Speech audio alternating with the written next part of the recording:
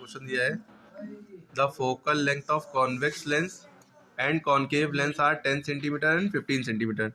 तो पहले convex lens लिखा है तो 10 सेंटीमीटर कॉन्वेक्स लेंस की है, और बाद में कॉन्केव लेंस लिखा है तो 50 सेंटीमीटर लिखा है, तो ये कॉन्केव लेंस की है। आपको याद रखना है कॉन्वेक्स लेंस भाई ऐसा होता है, बीच में मोटा होता है ना, कॉन्केव लेंस ऐसा होता है, बीच में पतला होता है। इसकी फोकल लेंथ माइनस में रहेगी, ये माइनस में रहेगा, ये इसकी फोकल लेंथ प्लस में रहेगी। ठीक है, समझ में आ रही बात? तो ये f1 की वैल्यू ये हो गई और f2 की वैल्यू -50 हो गई। फोकल लेंथ माने f1 स्मॉल f से फोकल लेंथ डिनोट होती है। फिर बाद में क्या किया, दोनों लेंसेस को कांटेक्ट में रख दिया गया, मिला के रख दिया गया। अब उसके बाद दोनों लेंस के सामने थोड़ी दूरी पर 25 सेंटीमीटर दूरी पर एक ऑब्जेक्ट रखा गया। Object is placed at a distance of 25 centimetre combined lens है ना। और हमें निकालने का determine the position of image of the object. क्या निकालना है? Position of image. हमेशा याद रखिए पोजीशन ऑफ इमेज जब भी निकालने को समझ लिया हमें v निकालना है। क्या निकालना है? v। ये जो डिस्टेंस ऑफ ऑब्जेक्ट दी है, ऑब्जेक्ट डिस्टेंस जो दी है, इसे हम u कहते हैं, और ये भी माइनस में ली जाती है। ठीक है, क्लियर हो गई बात? इमेज की पोजीशन कहाँ निकालनी है कि कहाँ पे इमेज बनेगी। तो हमने ये सारी चीज़ें लिख रखी हैं कि length of focal length of convex lens जो दी हुई है वो f1 की वैल्यू 10 दी हुई है, f2 की वैल्यू कॉन्केव लेंस के लिए -50 माइनस हो जाएगी। ठीक, फोकल लेंस को कंबाइन कर दिया गया तो ये फॉर्मूला लगेगा, यानी कि दोनों फोकस को जोड़ दो, 1/f बराबर 1/f1 प्लस 1/f2। 1/f1 की वैल्यू 1/10 हो गई, 1/f2 की 1/50।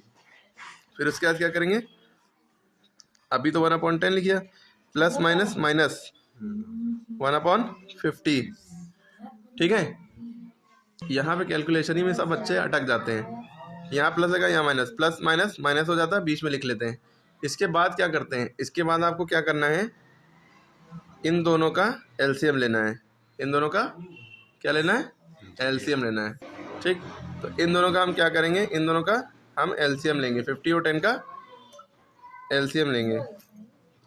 एलसीएम क्या आ जाएगा? 2 5 द 10, 2 25 द 50, फिर 5 1 द 5, 5 5 द 25, फिर 5 1 द 5। हमारे पास आ गया 2 × 5 × 5, 2 5 द 10, 5 द 50, क्या आ गया? 50। तो हम इन दोनों डिनोमिनेटर के एलसीएम लेंगे जो कि आ गया 50। ठीक है, इन दोनों का हमेशा एलसीएम लेते हैं जब बीच में माइनस या प्लस लगाओ।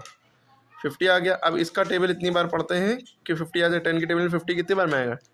10 5 द 50। अगर टेबल नहीं पढ़ पाते हैं तो इससे इसको डिवाइड कर लेंगे, ऐसे 10 से 50 को डिवाइड कर लेंगे, 10 5 द 50। ठीक है, ये जो 5 आया ये यहाँ पे लिखा। अब इसके ऊपर 1 लिखा है तो 1 लिखेंगे, 10 लिखा हो तो 10 लिखते, कुछ भी लिखा होता वो लिखते। अब माइनस लगा माइनस लगाएंगे, प्लस लगा होता तो प्लस लगाते। ठीक है, ये 50 है।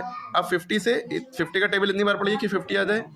50 की टेबल में 50 1 बार में आता है, 50 1 द 50।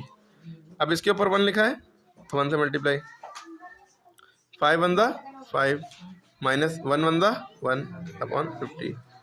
अब 5 में से 1 गया, कितना बचा? 4/50। इधर क्या चल रहा था? 1/f, 1/f चल रहा था। अब कट रहा है 2 2 द 4, 2 25 द 50। अब हमारे पास क्या बचा? 1/f की वैल्यू 2/25। f की वैल्यू कैसे निकल आएगी? ये इधर चला जाएगा, ये इधर चला जाएगा। 25 × 1 25 हो गया, f × 2 2f हो गया। तो f की वैल्यू जो निकलेगी 2 नीचे चला जाएगा 25 के, 25/2 हो गया। ये f की वैल्यू आ गई।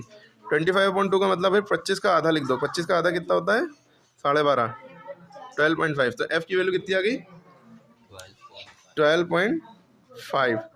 या आप ये भी कर सकते थे, f की वैल्यू अभी के लिए यहीं पे छोड़ सकते थे कि f की वैल्यू आ गई आपकी 25.2, यहीं पे छोड़ दिए, ताकि पॉइंट में अगर नहीं निकालना है क्योंकि आगे कैलकुलेशन में दिक्कत होगी, तो f की वैल्यू आप यहीं पे भी छोड़ सकते थे। ठीक है, अब u की वैल्यू क्वेश्चन में दिया है और डिस्टेंस ऑफ ऑब्जेक्ट तो जो कि होता है u की वैल्यू है -25। ठीक है, लेंस फॉर्मूला लगाएंगे 1/f बराबर 1/v माइनस 1/u।